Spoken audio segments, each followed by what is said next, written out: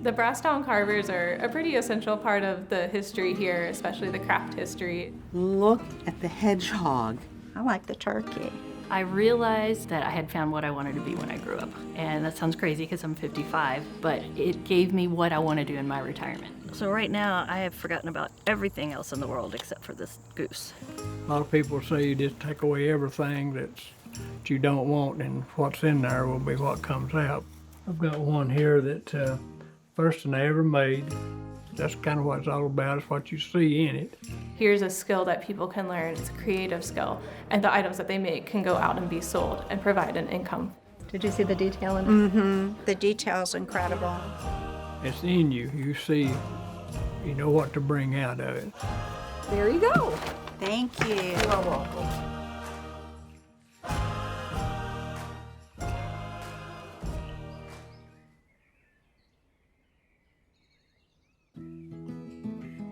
People don't realize when they go to buy carving what it entails to make that one carving. I pull the wood out of my shed down here, and mostly now we use basswood because it's easier on the hands, and we've got patterns to where you can start carving, and I'll cut them out on a bandsaw. So it's always turning and reassessing. That way it keeps you symmetrical and even, and you don't get lopsided or something like that.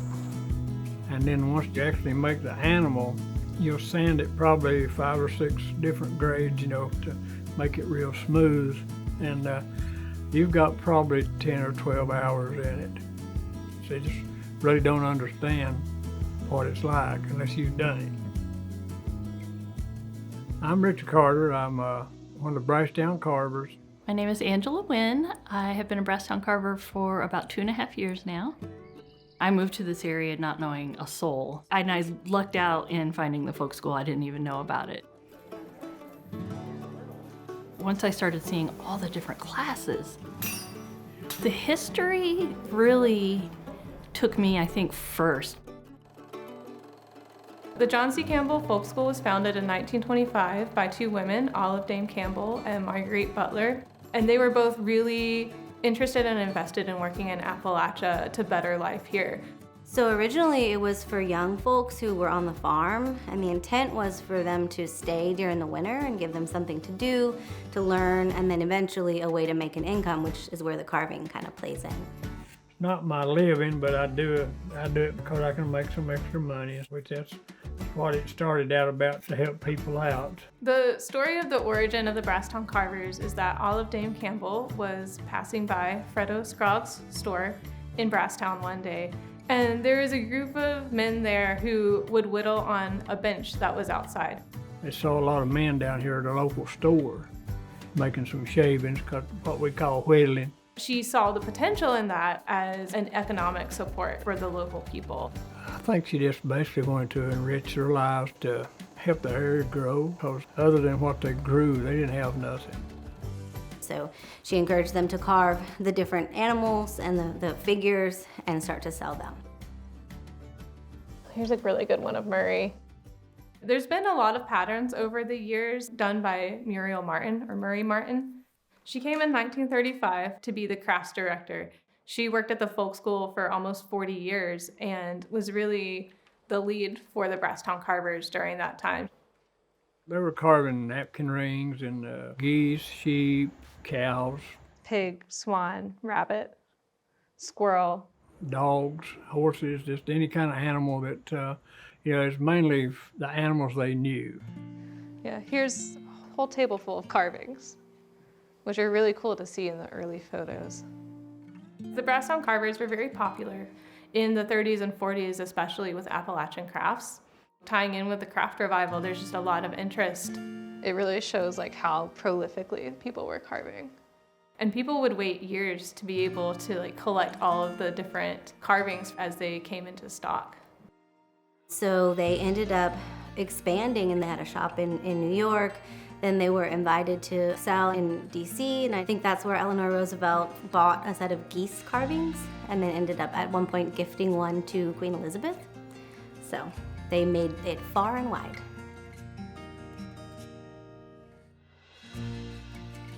Oh, there's Richard early on. These are a lot of the really key, well-known carvers from the previous generation, and including Richard Carter, who bridges the gap. So Richard Carter is really, I think, the linchpin at this point between connecting the older and the younger carvers. When I started, they had Jack Hall. He was the carver that was teaching a class once a week, and they'd meet here every Friday and show our work, and if they liked it, they took it. If they didn't, you had to fix it right in front of them. I started here in 2016. When I came, the program was kind of struggling. There were about probably 4 carvers at that point, which I think was the low point for the program. There just didn't seem to be as many people interested. As a source of income, it's not as necessary anymore because there's a lot more job opportunities in the local area. And Richard would come into the craft shop at least 3 or 4 times a week, and he'd bring some carvings, but he'd also really talk about how we really needed to recruit new people. Richard is the glue that holds carvers together, I feel like. So I got to study directly under him for a whole year. We worked 4 hours a day together once a week. A lot of times if we see something in somebody, we think they're going to be good. We got some small animals we call leased ones, and we'll set up where they can do 5 in a row, where they can see their progression.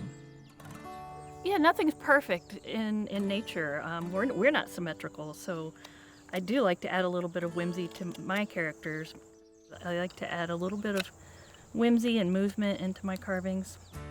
And I guess I had a knack for it that I didn't even realize, but Richard told me within a couple of months that he thought I could be a Brasstown Carver, so I immediately jumped on that chance. Oh, I was so excited. I was 20 years younger than the next carver, so it was like I was starting a new chapter for them. I even carry my carving kit to work and sit outside under an umbrella on my lunch break. So, I haven't looked back since. It's a big responsibility, but a big honor.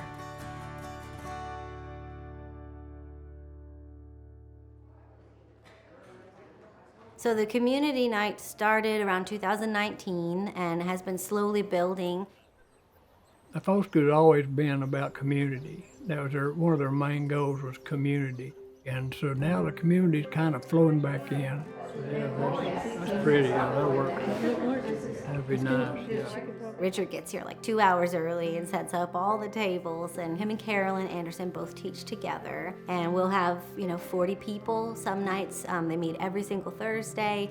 So Carolyn and Rich says, why don't you get with us and let us give you a little bit of lesson and let you start carving. If there's somebody that's never touched carving, never tried, I've got the stuff and the blocks and the stuff to spark their interest.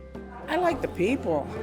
Usually the Brasstown Carvers take somebody and run them through what they need to get and sort of check in with them.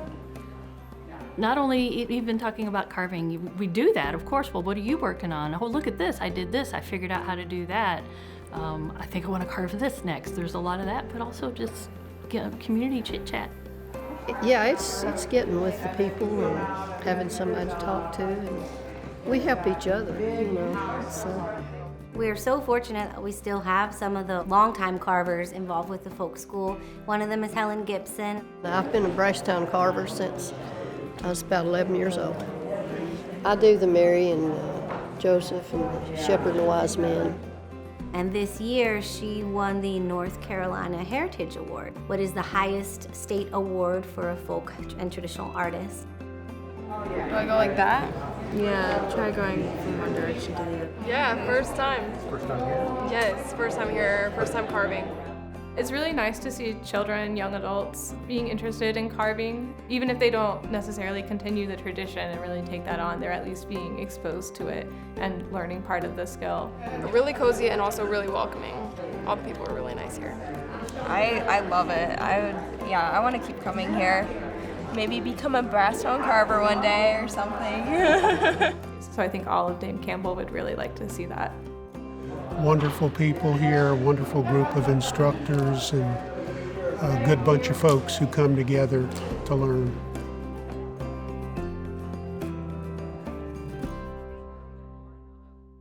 So this year the folk school turns 100, And our hope is that we can continue to find ways to meet the needs of our communities. And so I am thrilled to see the Brasstown Carving Program growing, and I hope that it can continue to grow.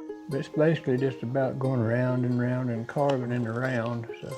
It's an exciting time to see the Brasstown Carvers because they've grown so much over just the last couple of years. You start in here like this, now it's kind of bring out the shoulder, because this little bar will have a hump.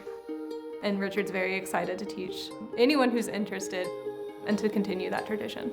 I've really enjoyed working with you, Richard. It's definitely made it much simpler for me to understand how to use a knife.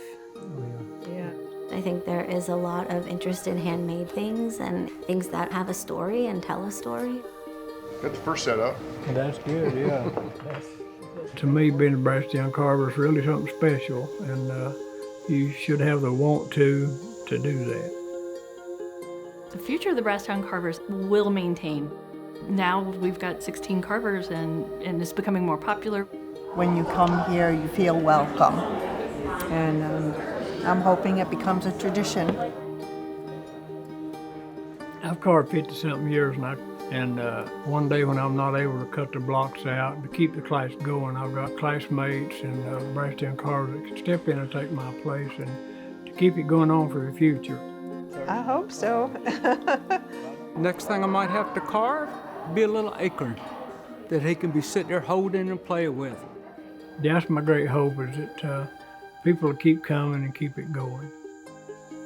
I won't turn back. This is so peaceful and relaxing to me. I'm a carver for life.